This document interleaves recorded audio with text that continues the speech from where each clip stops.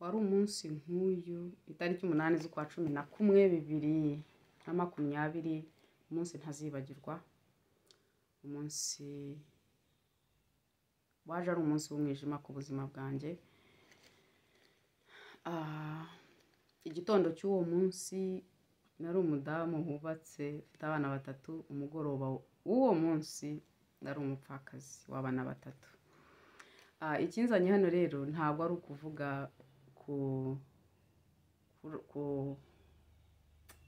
ku kababaro n'agahinda no kwibura ibintu byose bibaho iyo umuntu abuze umukunzi cyangwa umwana cyangwa umuvandimwe cyangwa iki, ahubwo nje kuvuga ku neza y'Imana no kugabana nabo baba banyura muri ubwo buzima, muri ako gahinda, kugabana nabyo ku bintu byamfashije gushobora gukira mu gihe cy'imyaka 2, nkaba ndi umudamu ushima Imana, nkaba umutima wanjye warakize unezerewe, ubuzima bukomeza kugenda. Ndashaka gusangira nabo bumva batazi uko babigenza, bikigoye kubona imbaraga z'umutima, bagishakisha guhaguruka ariko bitoroshye, baheranywe n'agahinda ko kubura abo bakundaga. Ndashaka kubabwira ngo birashoboka byose muri Kristo Yesu, birashoboka. Uwiteka Imana rero aduhana umugisha. Data Nyiringabo, mu izina rya Yesu Kristo w'i Nazareti, nshimiye neza yawe, ndagushima kubw'uyu mwanya w'umugisha nanone uduhaye. Ndagushima ko watwemereye kubaho turi bazima kugeza uyu munsi. Ndagushima kuri Imana ikiza imitima, ndagushima kuri Imana yomora, uri Imana ikiza ibikomere. Uwera wa Isirayeli, nje imbere yawe nk'igikoresho, nicaye hano nsenga kugira ngo uvugire muri jyewe, unyuzemo amagambo y'ihumure, amagambo akiza, amagambo yigisha icyo ushaka Mwami Imana ku bwoko bwawe bwumva, ukinyuze mu kanwa kanjye Mwami Imana. Kandi Nyiringabo, nk'uko wankijije, uko wanshubije umunezero, uko wanshubije amahoro, uko wakijije umutima wanjye, ndasenga ngo Mwami ukiza abo banyura mu gahinda, abapfakazi, Uwera wa Isirayeli, imfubyi. Data, abari bonyine barera abana bonyine, atari uko bapfakaye ahubwo ari ibibazo bitandukanye byo ku isi, abatawe Mwami Imana, ndakwinginze ngo buri muntu wese umusange ahari ahagaze, usange umutima we umukize, ukize nabe Mwami Imana. Data, uhindure, utunganye, womore Mwami Imana, wongere usetse. Icyubahiro kikugarukire Mwami. Aka kanya turafata mpiri imbaraga z'umwijima zose n'imikorere yazo mu izina rya Yesu Kristo. Amaraso ya Yesu Kristo niyo twihishemo Mwami, niyo duhishemo abacu, niyo duhishemo buri kimwe dukoresha. Reka ubutumwa bwumvikane bugera aho wifuza n'aho ushaka. Icyubahiro kikugarukire mu izina rya Data wa twese, n'iry'Umwana n'iry'Umwuka Wera. Ngwino abe ari wowe ugaragara, twebwe tubuzweho. Izina rya Yesu, amen. Kugira ngo rero ntatwara umwanya munini cyane, ndashaka gusangira namwe ku bintu bikeya cyane. Ntabwo ari ubuhamya bwose nk'uko bumeze, kuko mbivuze byaba byinshi cyane, ariko ndashaka gusangira namwe ku bintu bikeya byamfashije kugira ngo nshobore gukira vuba, nshobore kuba mpagaze uyu munsi, nshobora guseka, nshobora kumva nishimye, nshobora kuba nkomeza ubuzima. Mumbabarire rero kubera yuko njya nkora amakosa menshi mu Kinyarwanda, niyo message mba nanditse biri mu Cyongereza, aho muri bwumve bitagenze neza mumbabarire, mbaye mbiseguyeho. Nta Bibiliya y'Ikinyarwanda nicaranye nayo hano, ariko ndaza kubabwira gusa ibyanditswe aho biri bikeya nari nahisemo. So mu by'ukuri navuga ngo ibi ni byo bintu bikeya, bimwe ku bintu nize muri uru rugendo nk'umupfakazi mu myaka 2. Kandi ubundi umuntu yabuze uwe haba hihungabana, ariko twese turatandukanye, buri muntu ahungabana mu buryo butandukanye. Hari abanga kubyemera, akabaho atabyemera yumva ari ikinyoma, hakabaho n'ujya mu cyo nakwita shock, akabaho gusa atazi, ahagaze arumva asa nk'uwataye ubwenge, akabaho mu buzima atazi, yumva atazi. Ni ibintu bitandukanye, kuko mu Kinyarwanda ntabwo nabona uko mbivuga, kuko simbifitiye uko nabisobanura, sinzi amagambo nakoresha. Rero nabayeho igihe kingana hafi nk'umwaka numva ibyabaye bitarigeze biba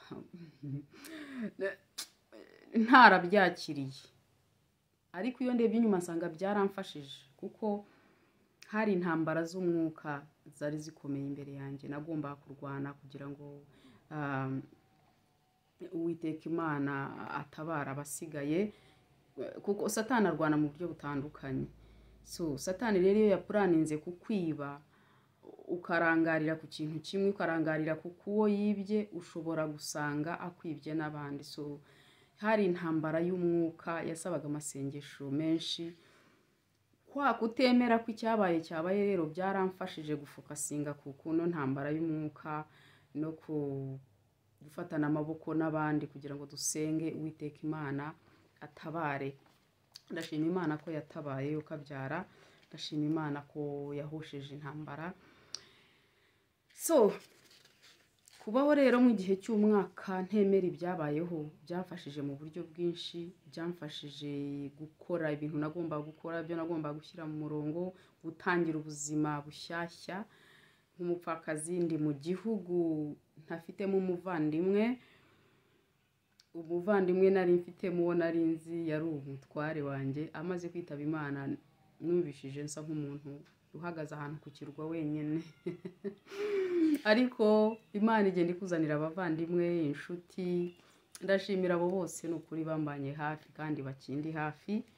Uwiteka Imana ashimwe. Ni ukuvuga ngo Imana yakurindira aho uri hose, ikuzanira abo ukeneye, igenda ikoherereza marayika. Buri rugendo rwose marayika umwe agufata ukuboko akakugeza, undi akakugeza hariya, undi akahagukura, undi akakujyana. So ni ubuntu bw'Imana, ni urukundo rw'Imana. Ikintu cya mbere nize muri uru rugendo rw'ubupfakazi kandi cyamfashije no gukira, ni ikintu nakwita ngo navuga ngo tekereza ku mpamvu y'Imana.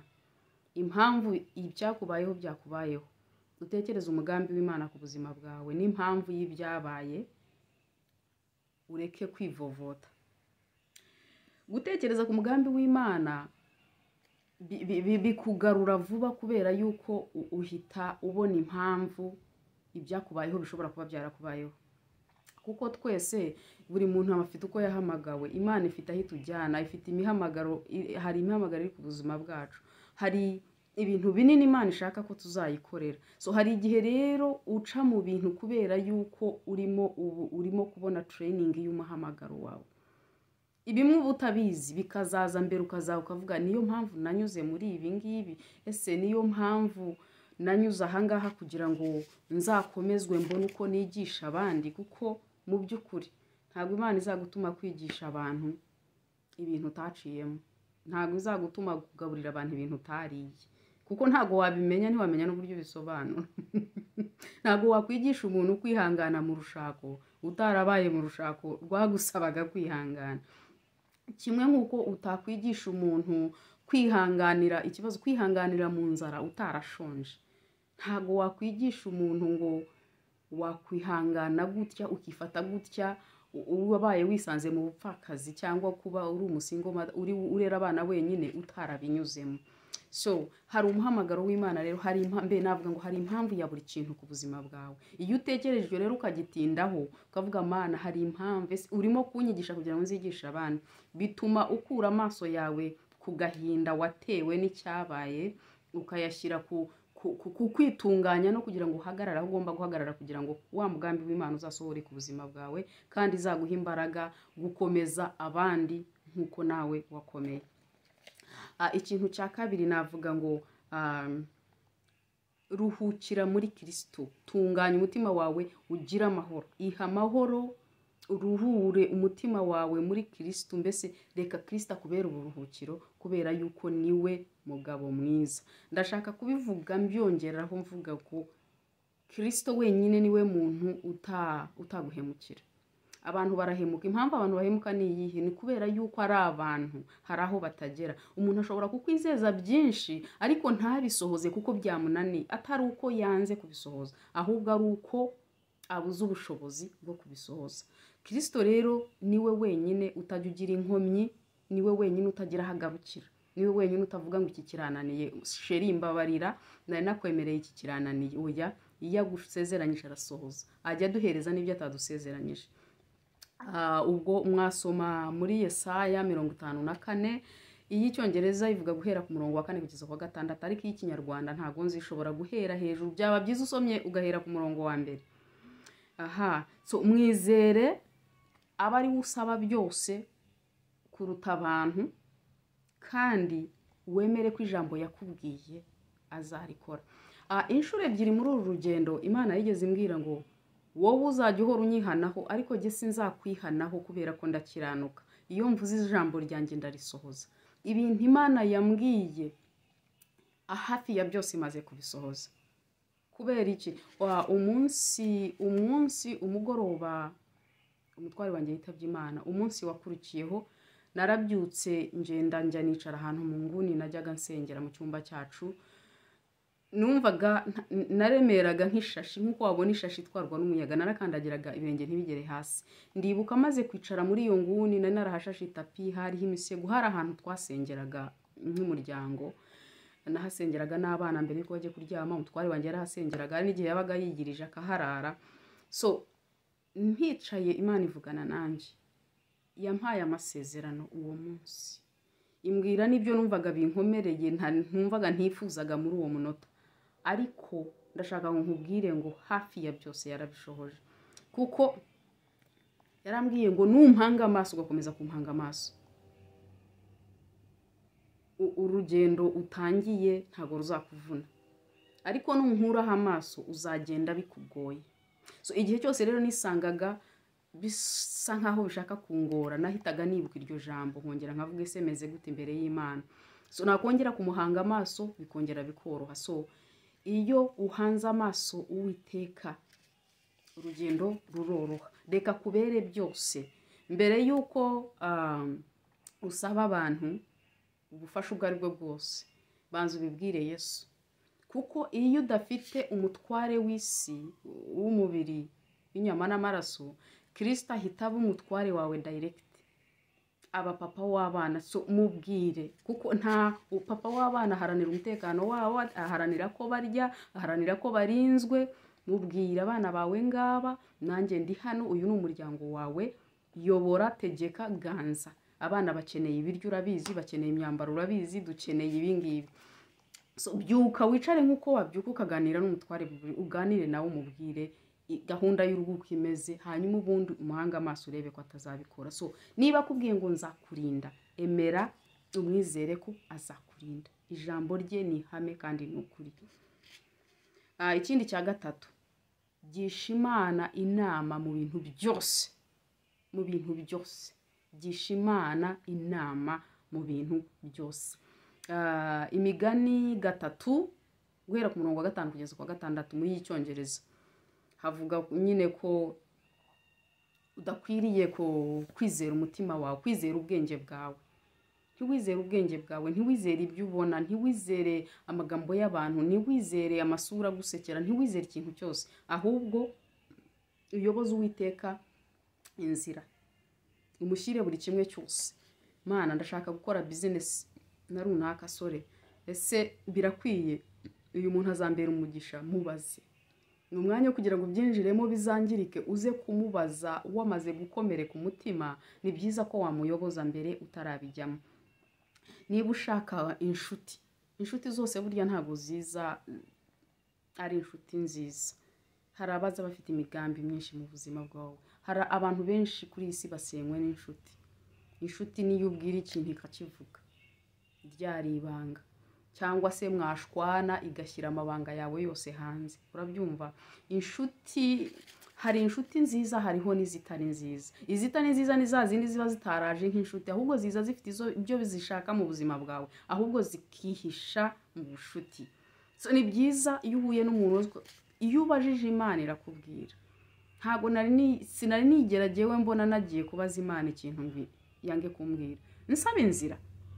Umwana wawe yaza kuyoboza inzira akwiriye kunyuramo muri iyi si ugaceceka uramubwira iyi ni inzira nziza iyi ntago ari nziza. Ngaho noneho ibaze Imana ireba mu mutima y'abantu. So yoboza Imana iyi nshuti ni umugisha iyi nshuti izambera umugisha.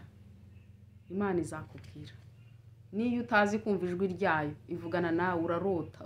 Buri muntu wese Imana ifite uburyo ivugana nawe, so ntuzavuge ngo ngewe Imana ntago yambwira, ngo uzategereze umuhanuzi, ko hari n'abahanuzi b'ibinyoma nabo basigaye babeshya. So ni byiza kwiyumvira Imana mu gihe utarayiyumvira, wowe uzakomeza usenge akanya kose ubonye upfuka musenge uvuge Imana nzanye runaka, nzanye Madrine imbere yawe.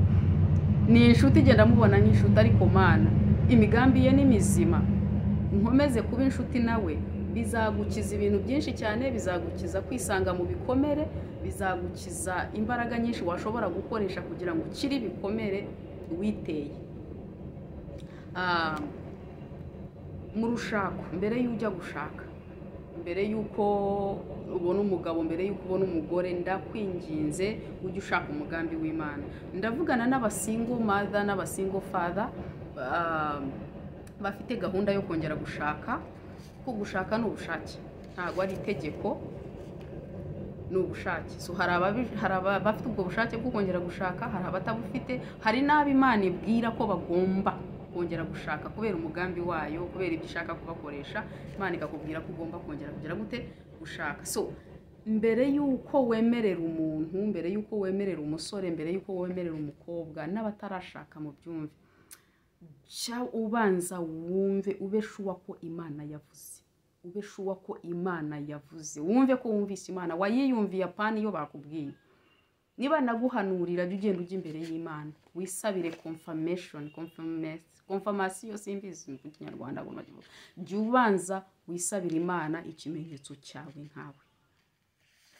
Ntabwo ari buri muntu wese uririmba muri korali muririmbana ngo kubera ko avuga Yesu ngo ni umugambi w'Imana ku buzima bwawe. Umugambi w'Imana ku buzima bwawe ashobora kuba n'umuntu atanakijijwe. Uwiteka mushaka akemera ko umushaka kugira ngo anyure muri wowe, urumuri rukurimo rumurikira uriya. So ntabwo rero ari ngombwa ko mugomba kuba musengana mu itorero rimwe cyangwa muri korali imwe ngo niwe mugambi w'Imana. Ngo naza akijijwe we kubaza Imana ngo nuyu. Hari n'abakijijwe badakijijwe, ari abapagani bo mu nsengero. So byubaza Imana. Hari abazaza gusa bafite ibyo bagushakaho. Niba ufite ubutunzi baze bashaka ubutunzi, cyangwa se ari intumwa za Satani zishaka kuzimya umuriro w'Imana uri mu buzima bwawe. Ntabwo ari buri muntu wese uzapropoza mariage kuri wowe ngo yagukunze. Byubaza Imana, uyu muntu aturutse kuri wowe. Imana ibanze ikwereke. Ikintu cya kane, icya mbere navuze ku gutekereza ku muhamagaro w'Imana ku buzima bwawe n'impamvu y'ibyabaye, n'impamvu y'agahinda kawe imbere y'Imana. Icya kabiri mvuga ko Yesu akwiriye kubera uburuhukiro, ukamwizera nk'umugabo mwiza kuko n'ubu niwe mugabo wacu. Icya gatatu ndavuga ujye ugisha Imana inama. Ibi ni ibintu babwira, ni ibintu byamfashije gukira pe. Kugisha Imana inama, kuko hari igihe cyageze maze guhura n'abantu benshi cyane, abantu benshi batari beza, kandi nari umuntu wizera cyane. Nkumva umuntu wese atekereza nkanjye, sinari nicara ngo ngambirire kugirira nabo umuntu. Nkumva rero umuntu wese ari uko ameze, urumva. Hanyuma rero maze guhura n'inshuti nyinshi mbi, biza kuntera gutangira kubaza Uwiteka. Umuntu yaza mu buzima bwanjye ati ndashaka kugufasha iki, nkabanza nkavuga Mana, uyu muntu aturutse kuri wowe. Imana ikakubwira ngo uyu muntu ni uw'umugisha, uyu ni umwana wanjye, ubwoko butavumika, n'ubwoko budakurikirwa, ntuzatinye kumugisha inama. Uwo muntu uhita umusanga wumva nyine ntacyo wamuhisha, wumva washobora kubohoka ukamubwira n'icyo umubwira. So umugisha Imana inama bizabarinda gukomereka imitima. Icya kane navuga ngo wikunde. Niba wisanze mu bupfakazi, niba wisanze ntiwapfakaye ariko wenda umugabo yaragutaye, abenshi baratawe, wenda abandi yaguteye indara arakwihakana, ubyara uri wenyine, wicaye iwanyu, waratutswe, wumvise amagambo menshi. Ndashaka icyembere mbaza kukubwira nuko Uwiteka gukunda. Kandi ikindi cya kabiri, ntago uwo mwana yaje, umwana cyangwa abana ntago ari accident, ntago ari accident. Imana yari ibizi ko bagomba kuza muri ubwo buryo. Rero icya mbere wikunde kuko Uwiteka aragukunda. Ariko mu kwikunda kwawe ugerageze kudacumura ku Uwiteka Imana. kuko iyo wikunze hari ukuntu isi twigisha kwikunda tukirekura tugakora ibintu tutakoraga tukaburira muri byinshi ugasanga winjiye neza mu isi wari umwana w'Imana ugasanga ibizira birivanze urabiziruye. So mu kwikunda kwawe urebe ko udacumuye kuwiteka Imana. Wikunde, niba warigaga ukomeze wige, niba wumva watangira ukiga nk'umupfakazi nta kibazo wajyayo ukiga, wakwiha ubumenyi bwose ushoboye, wakongera valeri ku buzima bwawe. Icyo wumva wifuza uyoboze uwiteka Imana inzira urimo ugikora. Hanyuma rero hagati aho yo hasi yo kwikunda ikintu navugaho numva ntakwibagirwa kubashishikariza ni kuzanira Kristo imibiri yacu muri iyi fezi yo kuba single kugira ngo tutamucumuraho. Mufite amahomoni mu mibiri yanyu kandi arakora, abandi ni batoya ukeneye kuzongera gushaka cyangwa kugira gute. So iyo wisanze niba wisanze upfakaye ku myaka mitoya urabaho period runaka nturongera gushaka, ntago bivuze ko ugomba gucumura kuwiteka kuko nta mugabo ufite. Ntibivuga ko ugomba gucumura kuwiteka kuko nta mugore ufite. Uwiteka Imana hari ijambo rivuga muri Bibiliya ngo ntago nibuka aho riri, ngira ngo ni muri Yeremiya, ariko riravuga ngo ndi Uwiteka Imana y'ibifite imibiri byose. Ese hari icyananira? Imana y'ibifite imibiri byose. Ntago umubiri wawe wigeze unanira Uwiteka. Yarawuremye aza amaraso kuntu atembera mu mubiri wawe. So ni wisanga muri icyo kibazo, bwiza Imana ukuri, uyibwire ngo hormones zanjye ziri active, ziri gukora, umubiri wanjye urifuza, Mana mfata ukuboko kuko sinshaka kugucumuraho. So kuba umupfakazi ntago ari tike yo gucumura kuwiteka. Ntago ari ikintu uzahagarara ngo wiburanire imbere y'Imana, ntago ari impamvu yumvikana. So niba hari icyo uhubwo ukwiriye gukora, icyo ni igihe, iyo period urimo ni igihe cyo kubaha Imana ukanayubahisha, hanyuma nayo ikakuremera ishimwe rifatika. Niba uri imbere y'Imana utegereje umugabo, ushaka kongera gushaka, utegereje umugore, utegereje umugabo uvuye ku Mana, ifate nk'umuntu utegereje, kuko ijuru niri kubona rikabona buri weekend wararanye n'umugore kandi utarashaka, kana buri weekend wararanye n'umugabo kandi uri umukobwa uri usaba Imana umugabo, ntago bikora uko nguko. Niba utegereje, mera nk'umuntu utegereje, utegereze wiyeza, utegereze witunganye, ntucumure kuwiteka Imana uwitwaza ngo umubiri wananiye. Ntago umubiri wigeze ukunanira. Impamvu kunanira nuko utawuhaye Kristo. Ikintu umuhisha ntumuhe nicyo Satani akoreramo kugutera, kubera ko utawumuhaye Satani azawugutereramo. Muha umubiri wawe, uvuge ngo take over, bari wo uyobora, uwutegeke, ushyire ku murongo, nta kibazo na kimwe uzigera ugira. Ikindi wirinde kujya mu bintu cyangwa kureba mu bintu cyangwa gutekereza ku bintu byatuma utekereza gucumura kuwiteka, kuko nta kuntu wareba porno cyangwa ngo wicara ahantu hari ibiganiro nk'ibyo ngo hanyuma ibitekerezo byawe bibure guhinduka, ubure no gusanga wisanze wakomeje gukora ibyo utagombaga gukora. Ni wumva ugize ibyo bitekerezo wirukankire gusoma Abakorinto ba kabiri ibice 10:5. Ufate izo ntekerezo uzifate mpiri, ubigomororere Kristo kugira ngo ibitekerezo byawe ubigomororere Kristo. Wakire Mwuka Wera mu bitekerezo byawe, mu ntekerezo zawe, mu mutima wawe. Distracting wambaye umubiri, ibyo bizaba ibishuko byaza. Ariko ni wisanga aho ngaho, wibuka icyo ngicyo, wirukanke uvuge ngo Kristo nkuzaniye kino bitekerezo, ibintu bitekerezo ndabyanze. Iyo ubikura mu mutwe wawe ugatekereza ibintu bizima, ugatekereza ku ijambo ry'Imana cyangwa ukinjira mu gusenga, bizahita bigenda. So Satani uramwanga ukamuhunga. Iyo muri Yakobo havuga ngo ni mwange Satani nawe azabahunga. Iyo umwanze araguhunga.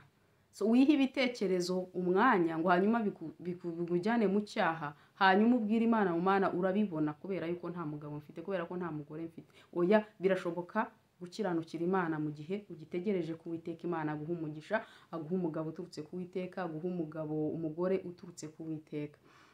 Ibyo ni ibintu bimwe bikeya mu bintu nize muri uru rugendo kandi bikomeje kumfasha gukomeza umubano wanjye na Kristo kandi nkagenda nishimye nezerewe. Mbonye Imana mu buryo bufatika ntashobora kubabwira muri video imwe. Mbonye Imana kandi ndacyayibona. Imana irantetesheje, Imana yarantetesheje kandi iracyantetesha. Imana irasohoza, yisezeranyije irasohoza. Inshuti zanjye, abapfakazi ndabakomeje. Imana yari ibizi ntabwo byayitunguye, yari ibizi. Niyo mpamvu ukwiriye gutekereza ese Mana ni somo ki nkura muri ubu buzima nyuzemo kugira ngo nzabe igikoresho cyawe gukomeza abandi mu gihe gikwiriye. Imana yari ibizi. Imana yari izi ko abana bawe bazabaho, abana bawe baziga. Muri jewe navuga ko Yesaya 54 wayisoma yose, kuko hari aho avuga ngo abana bawe bazigishwa n'Uwiteka. Imana izigisha abana bawe ntibazabura ibiryo, ntibazasonza, ntibazabura imyambaro. Abana bawe bazakorera Uwiteka buri kimwe cyose nk'uko Uwiteka yakigambiriye ku buzima bwawe. Niba yaraguhaye amasezerano yakomeze, mwizere ko uwabivuza azabisohoza. Uwiteka Imana abagirire neza kandi abakirize imitima, abakomeze. Abatawe Uwiteka arabakunda, ababataye nuko batagombaga kuguma mu buzima bwanyu. Uwiteka azabagarura cyangwa azana bari bakwiriye. Icyubahiro kizaguma kiri cy'Imana ibihe byose. Uwiteka Imana rero abandindire, musangize n'abandi ubu butumwa, musangize n'abandi iyi message rwose, muyisharinge. Uwiteka Imana abaho umugisha. Shalom.